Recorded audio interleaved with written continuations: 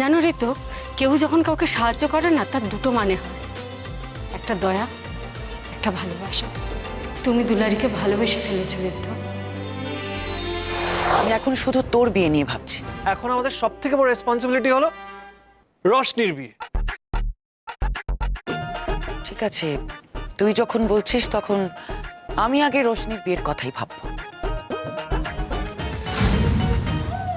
কিন্তু মা, রশনি এখন ছোট, সব কিছু যেন ওর ইচ্ছে মতো হয়, না হলে যেটা আগের বার হলো সেটা আবার রিপিট হতে পারে। এবারে আমি অ্যালার্ট থাকবো।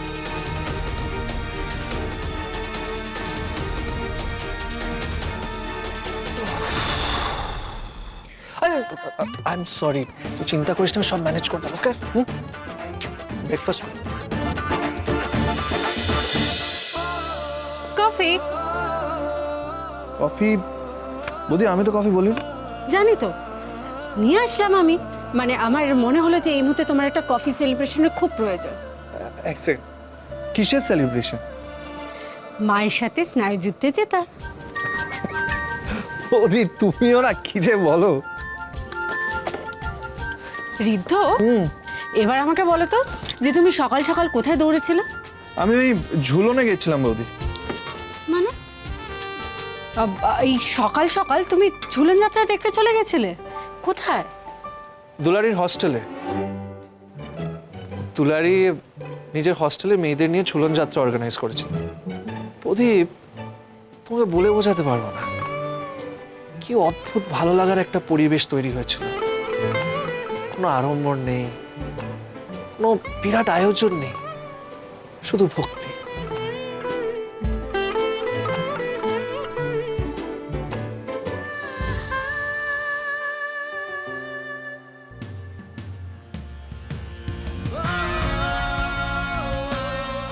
মনে হচ্ছিল এর চেয়ে ভালো চুলন বোধহয় আর হতে পারে না।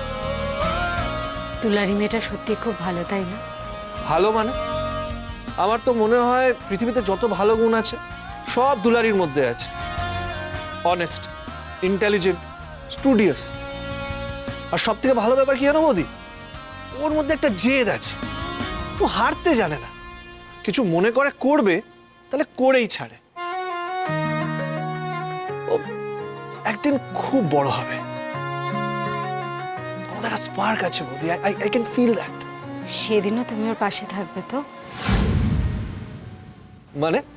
তুমি যা যা বললে সেই সবগুলো কথা সত্যি ঋদ্ধ, কিন্তু আরো একটা সত্যি আছে।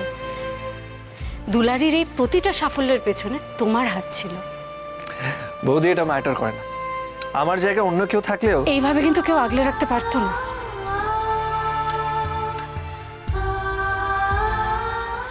এত যত্ন করে সুন্দর করে কেউ এগিয়ে দিতে পারতো না।